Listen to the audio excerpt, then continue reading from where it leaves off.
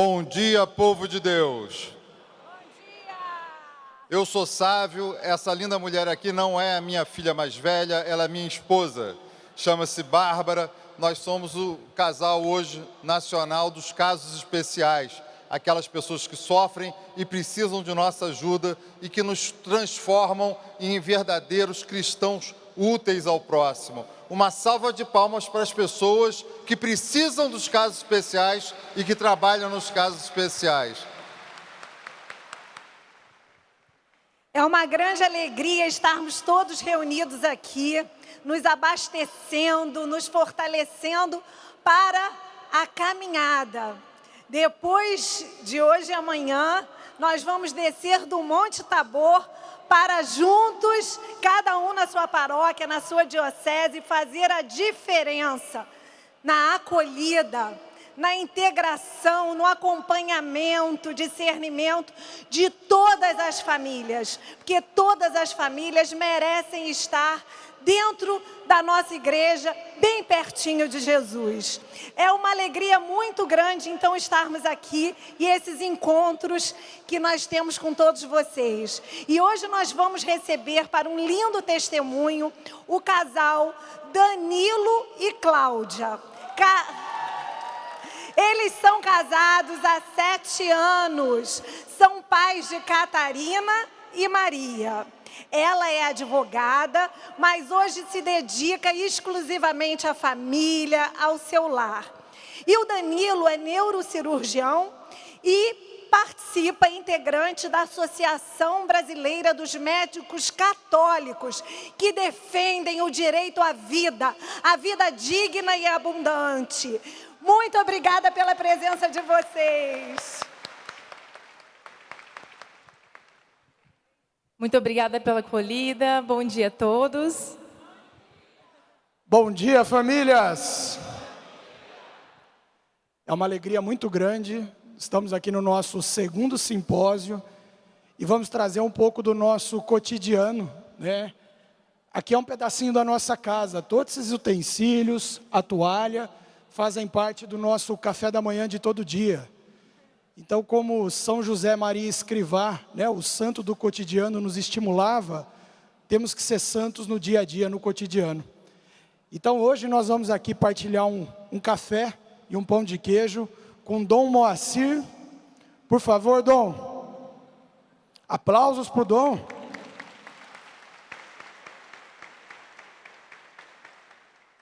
Dom Moacir é bispo de Barreiras.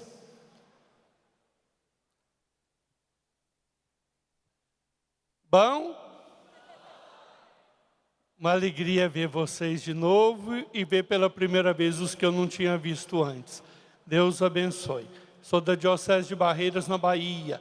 Então eu sou mineirano ou baianeiro, ainda não sei como é que ficou, porque eu sou de Minas Gerais.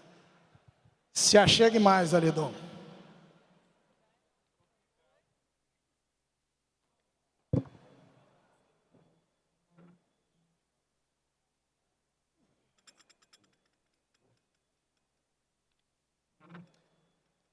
Para nós hoje é um tempo de graça, quando nós vamos percebendo que no nosso cotidiano e nos lugares das nossas casas, Deus está presente. Santa Teresa de Ávila, um dia numa cozinha, entrou em êxtase. E uma irmã disse para ela: Teresa, mas você veio para a cozinha trabalhar e entra em êxtase? E ela disse: o que eu posso fazer se Deus se esconde no meio das panelas? Deus só não entra onde a gente não deixa. Então, para nós é uma alegria ver também esta experiência de perceber a presença de Deus através da mesa, das liturgias que a gente constrói. Então, vamos pedir a Deus que abençoe a nossa mesa, abençoe o nosso alimento, abençoe a nossa convivência. Em nome do Pai, e do Filho, e do Espírito Santo, abençoa, Senhor, a mesa do nosso lar. E na mesa do céu, reservai-nos um lugar. Abençoe os alimentos e todos aqueles que partilham conosco deste momento. Em nome do Pai, do Filho e do Espírito Santo. Bom dia novamente. Bom, é com muita alegria, né, que recebemos o convite de estar aqui falando um pouquinho sobre o nosso cotidiano, o nosso testemunho e um pouquinho da nossa vida. Como o Danilo falou, nessa mesa a gente trouxe um pedacinho da nossa casa, né? A gente trouxe o nosso vasinho de Nossa Senhora, os utensílios que a gente usa todos os dias em casa para o nosso café da manhã, o nosso guardanapo aqui com Jesus, bordado o nome de Jesus. E eu fiquei muito feliz com o convite em testemunhar um pouco sobre o que a gente vive. Eu sempre gostei de pôr a mesa, arrumar a mesa, de colocar os detalhes. Então, eu sempre gostei de preparar uma mesa, né? E nessa caminhada de fé, essa caminhada na igreja, eu comecei a estudar um pouquinho sobre a mesa na palavra de Deus. E meditando a palavra lá em Êxodo 25, onde Deus instrui a Moisés a fazer a mesa do tabernáculo, ele dá as orientações exatas de como ele deve fazer essa mesa. As medidas, será uma mesa de madeira de acácia. Então, lendo essa passagem, né, Deus instruiu a Moisés a fazer a primeira mesa. E lá segue falando, e trará para a mesa os pães da presença. E meditando essa palavra, eu falei assim, se Deus criou a mesa é porque Ele quer que nós estejamos ao redor da mesa, né? Estudando mais um pouquinho, né? Vi lá no Salmo 128, que foi o Salmo do nosso matrimônio, Deus fala assim, que os seus filhos serão rebentos de oliveira ao redor de sua mesa. Aparece a mesa mais uma vez, ao redor de sua mesa. E aí, tudo para mim fez mais sentido, do porquê que eu sempre gostei de preparar a mesa, de trazer as pessoas da minha família para a mesa, porque se nós nos reunimos à mesa, se eu me reúno com a minha família e com os meus amigos, a presença de Deus se faz presente ali. E desde que eu e o Danilo casamos, né, eu sempre gostei de preparar a mesa. O Danilo até brincava no início do casamento, mas já posso comer? Então, a gente sempre teve o hábito na nossa casa de trazer para a mesa.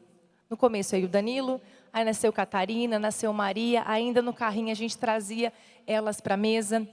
Então, a gente sempre teve esse hábito, porque, né, o nosso tema aqui, família e amizade. Então, estudando a palavra de Deus, eu percebi, fez muito sentido para mim que essa amizade que nós estamos falando aqui, a mesa é uma oportunidade de fazer essa amizade, de fortalecer esses laços com a minha família, com os meus amigos, porque eu falo que quando nós sentamos à mesa, a gente fica aqui, olho a olho, nós estamos na mesma altura, a gente está sem celular, a gente está sem televisão, a gente está sem as coisas do mundo. É nós, a presença de Deus. Então, é um momento onde a gente esquece, né? Esquece. E a gente tem a oportunidade de olhar nos olhos do meu marido, das pessoas que estão com a gente, das minhas filhas. Quem tem filhos aí, eu acho que é só de olhar nos olhos dos filhos que vocês sabem se eles estão bem ou se não estão bem, né? E nesse mundo frenético, corrido que nós vivemos, no seu dia a dia, para pensar, qual o momento que você para, durante o seu dia, para olhar nos olhos dos seus? A mesa te traz essa oportunidade de você desacelerar o seu coração, desacelerar as coisas do mundo e olhar um para o outro, né? Então, na nossa casa, a gente sempre tem a prioridade dos momentos à mesa. Claro, não dá todas as refeições, mas o café, a gente determinou que o café da manhã, a gente não abre mão. Então, nós levantamos cedo, temos o café da manhã em família, as meninas estudam cedo, o Danilo sai cedo também. Então, a gente senta, a gente faz o nosso café da manhã. É uma oportunidade também que a gente tem de passar princípio para as nossas filhas, né? Então, a gente senta, a gente reza. E nós agradecemos pelo nosso dia, nós pedimos a proteção de Deus. E eu sempre peço, né? Nós pedimos para Catarina e para Maria, para elas agradecerem por alguma coisa do dia delas e para elas pedirem algo. Então, nesse momento, eu estou tendo essa oportunidade de passar princípio para as meninas, de conhecer melhor elas, né? E é muito engraçado que a gente vai percebendo muito a personalidade de cada uma. A Maria, de 2 aninhos, Maria, por que você é grata hoje? Pelo papai, mamãe, irmão, ela fala todo mundo, né? E não para de falar. Aí vai para a Catarina, de 4 anos, por estarmos reunidos. Ponto. Então, você vai conhecendo mais os seus filhos, aí ela volta, ela conta sobre as coisas da escola, no almoço. Então, a gente conversa, a gente tem um relacionamento muito gostoso. E eu fui a cada vez mais me encantando pelos momentos à mesa, né? Estudando, porque para mim fez muito sentido porque eu gostava. E a gente percebe hoje que muitas famílias não comem mais à mesa, é um no sofá, o outro no quarto, cada um num lugar. Como que a gente vai construir uma amizade se a gente não está junto dentro da nossa casa? Né? As coisas do mundo nos levam para fora, mas Deus quer que nós voltamos para dentro da nossa casa. E nos meus estudos também, eu encontrei uma pesquisa norte-americana, onde ela constatou que crianças que comiam à mesa ao menos 5 vezes por semana se tornaram jovens, adolescentes, adultos com melhor desempenho acadêmico, emocional, menos chances do envolvimento de drogas, com menos chances também de obesidade, porque quando você está à mesa você come melhor. E o principal, um melhor relacionamento com os seus pais. Então, a mesa é uma oportunidade de nós construirmos esta amizade, este relacionamento em família. E eu sou apaixonada, sou suspeita, né, de falar sobre esse assunto. Então, sabe aquilo que faz muito bem para você? Você quer gritar para o mundo ouvir? Então, peço licença até para fazer um convite para vocês, de vocês começarem na casa de vocês, a praticarem os momentos à mesa. Não sei se você já tem esse hábito ou não, mas eu falo que nós temos que ter intencionalidade em preparar esses momentos, porque o nosso cotidiano ele é corrido. E se a gente não tiver organização e intencionalidade, passou a semana, a gente não sentou-se à mesa. E quando eu falo de mesa, não estou falando aqui sobre pratos, talheres, sobre copos. Eu estou falando sobre esse momento, que quando você fala em mesa posta, isso é frescura, né? Várias pessoas já me falam, Cláudia, isso é frescura. Mas não é sobre os utensílios, é sobre o momento, né? Então, ao invés de você colocar os utensílios na mesa de qualquer forma, arrume de forma bonitinha, pega uma florzinha, né? Traga com carinho, porque o arrumar a mesa, você mostra um serviço também para a sua família, você mostra um amor. A rainha Esther, antes de falar com o rei, ela fez o quê? 2 banquetes. Porque ela quis demonstrar o seu serviço, o seu amor, ela quis criar intimidade. Então, você precisa, para um almoço, de pratos, talheres e um copo, né? Você não vai fugir disso. Então, ao invés de colocar isso na mesa de qualquer forma, coloque, né, um lugarzinho arrumadinho, pega uma florzinha simples lá do seu jardim, ou uma flor artificial que você tiver na sua casa, coloca um bilhetinho. Aqui nós trouxemos num lugar aqui, para o Dom Moacir.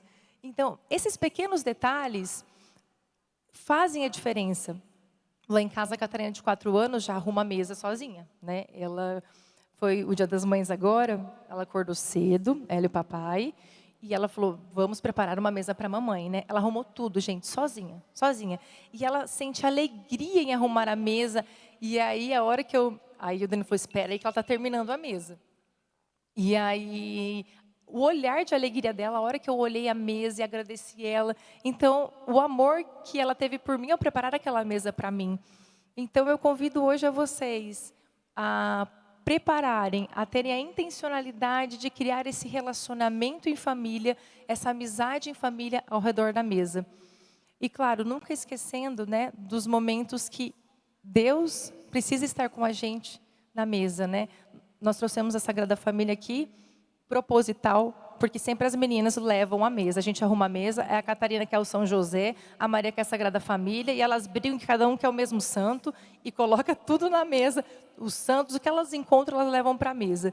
Então, isso a gente vê um reflexo, né, desses momentos que a gente vive em casa. Então, fico aqui o convite para vocês, de vocês levarem esse momento para a casa de vocês.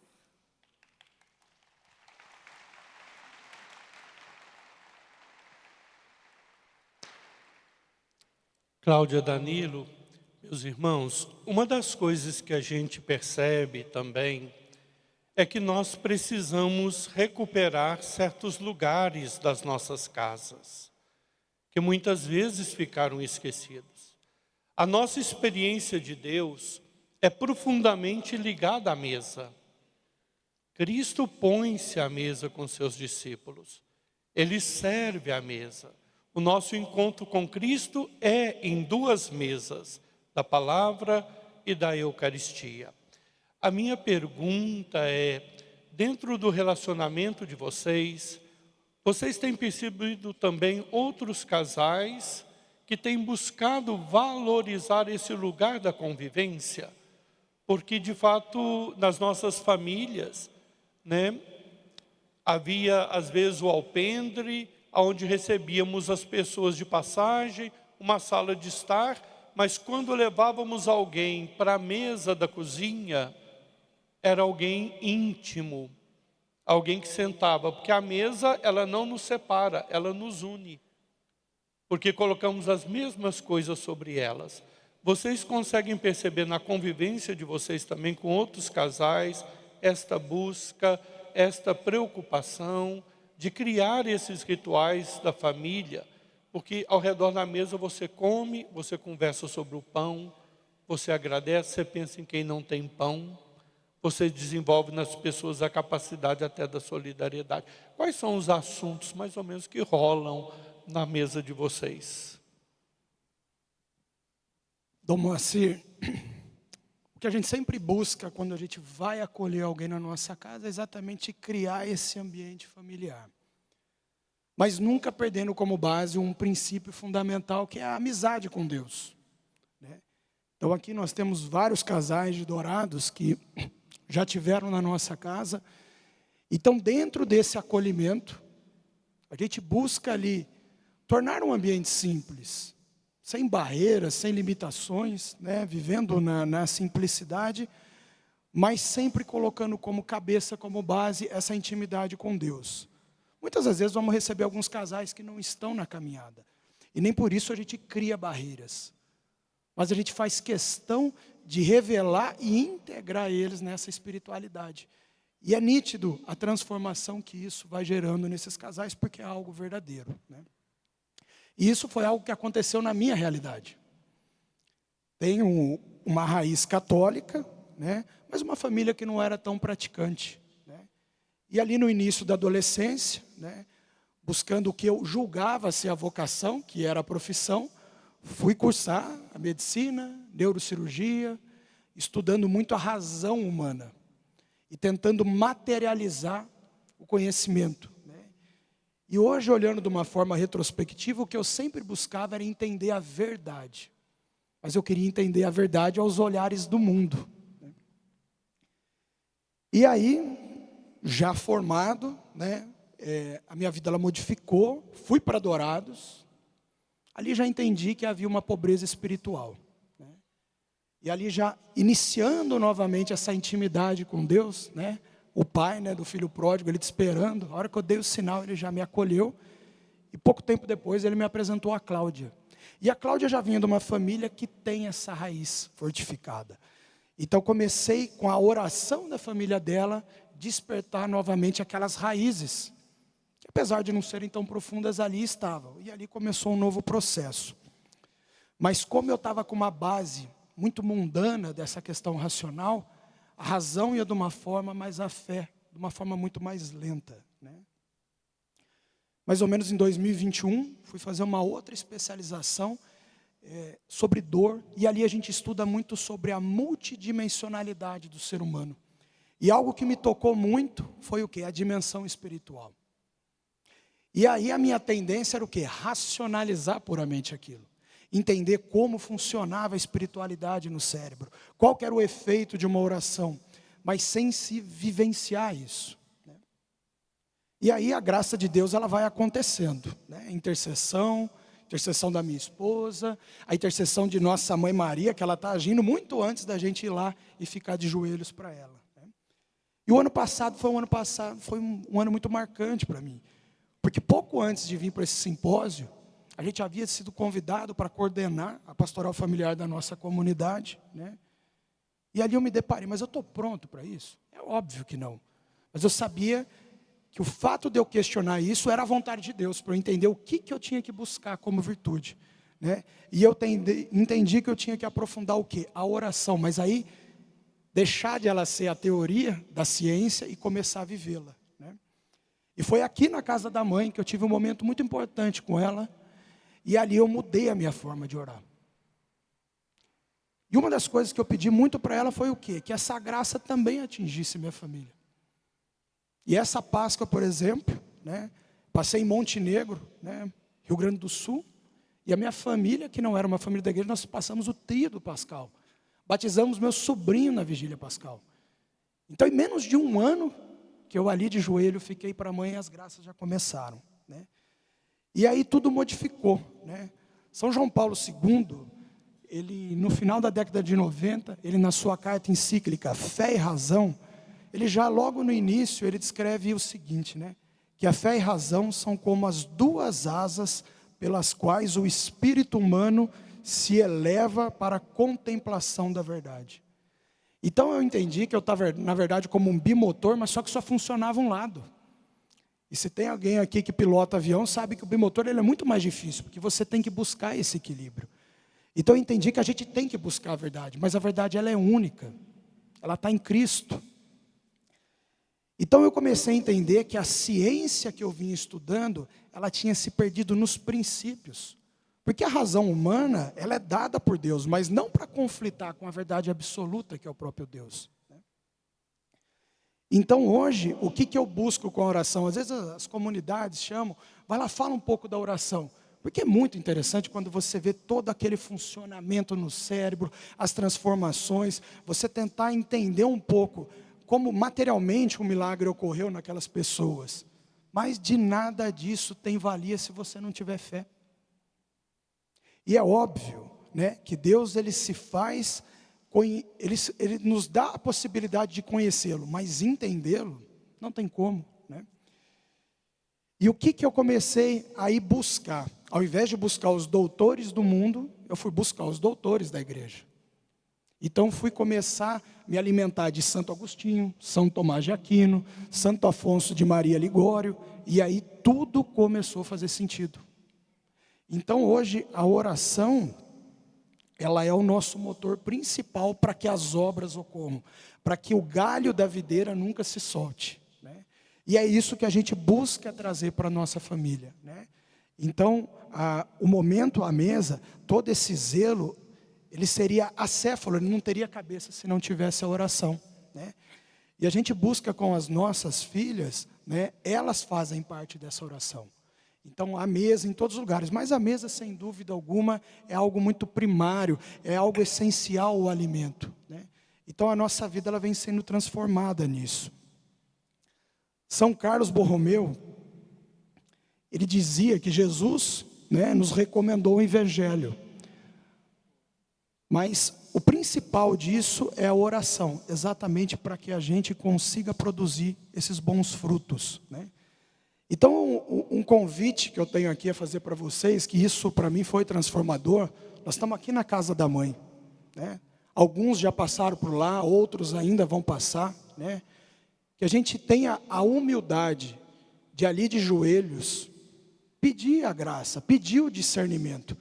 E se hoje esse discernimento ele não aparece, tenha calma, mas mantenha a oração, mantenha-se firme, né? A devoção, ela sem obras, obviamente que ela fica vazia, mas é essa devoção que vai criar as raízes e os princípios para que as nossas obras sejam obras de Deus, né? Eu vivi por muito tempo uma razão acéfala. E por isso que ela nunca tem fim. É uma pesquisa que ela nunca vai se contentar, ela nunca vai trazer a paz espiritual.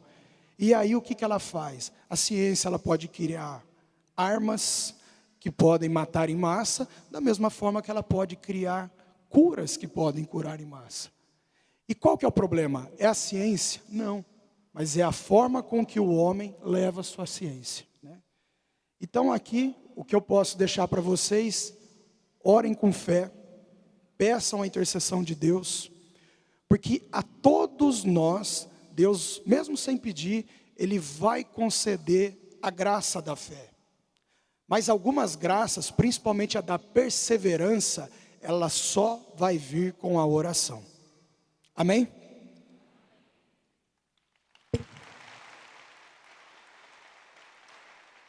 Virou um café filosófico aqui, viu? Alguém ainda tem mesa em casa de jantar? Tem alguém que ainda tem mesa de jantar em casa? Alguém usa?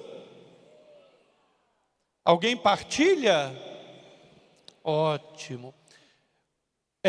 O padre João Morrana, no livro dele, Casados e Solteiros, ele fala um pouco como é que o nosso cérebro vai se adaptando e vai se transformando a partir da construção de rituais. Que na medida que a gente vai aprendendo a organizar as coisas, até a cama, a gente vai também trazendo um sentido de uma organização interior também para a nossa vida. Eu penso que a forma como organizamos a mesa, e vocês falaram muito bem, é muito importante. Se vocês veem uma missa, a mesa ela é organizada durante aquele momento, leva uma coisa, leva outra. E a gente leva para a mesa, através das coisas, um pouco da gente também. Eu sempre gostei de visitar os meus casais recém-casados, Danilo, Cláudia. Quando eu visitava para benzer a casa depois do casamento, a mesa toda arrumadinha, os pratos arrumadinhos, florzinha e tudo mais. Eu voltava lá depois de uns 3 meses, as flores já tinham sumido. Depois de mais alguns meses, os pratos na mesa também já tinham sumido, já estava empilhado num canto. E depois saiu as travessas, todo mundo serve no fogão. Vocês julgam que talvez hoje o sentido prático, porque tudo hoje todo mundo quer ser prático. Tem gente que quer até uma missa prática, né? O sentido prático que muitas vezes as pessoas têm colocado também tem dificultado essa criação e a transmissão desses rituais que geram vínculos dentro da família? Dom Moacir, o homem não pode servir a 2 senhores. Ou ele vai servir a praticidade do mundo, ou ele vai servir a Deus e utilizar das graças que Ele nos dá no mundo. Então, a oração matinal, a oração individual, a oração em família, ela nunca pode estar em negociação. Então, hoje a gente vê diversas doutrinas, diversas formas de pensar, que elas vão crescendo, e não é que a igreja condena. A igreja está aberta, ela vai abrindo seus horizontes, mas elas não têm os princípios. Se nós entendermos, João, capítulo 14, versículo 6, eu sou o caminho, a verdade e a vida, esse é o princípio de tudo. É o Pantocrator, está lá, é o Senhor de tudo. Mas a gente coloca outros senhores nos lugares. Então, é possível, sim, a gente ter uma vida, ter uma profissão, mas nunca esquecendo que a nossa primeira vocação, ela está lá no batismo, que é a salvação. Agora, no caso, com o matrimônio, é a salvação do casal, a educação dos filhos, né? Então eu vejo que é possível, mas sempre lembrando que nós temos que ter esses princípios. Muito bem. Eu agradeço muito a partilha de vocês. Para mim foi muito importante. Eu tinha que escolher, ou eu prestava atenção e falava, ou eu comia, né? Mas um desses pão de queijo eu vou guardar para depois, tá bom? Eu vou levar, tá certo? E o café é de verdade também, gente. Não é cenográfico, não. E é muito importante. A hospitalidade faz parte da espiritualidade conjugal. Saber acolher os peregrinos da nossa vida. Então essa hospitalidade, ela é muito importante. A carta aos Hebreus fala que às vezes hospedamos anjos, sem saber que são anjos. Então, e sempre à mesa, é muito importante que a gente tente recuperar. Mesmo que no dia a dia não dê todos os dias, como vocês colocaram, mas em alguns momentos, com as crianças, com os adolescentes, criar este espaço de olhar, de conversar e de compreender. Eu penso que muitas coisas Jesus ensinou e transmitiu, né, ao redor da mesa com seus discípulos. Então eu agradeço muito.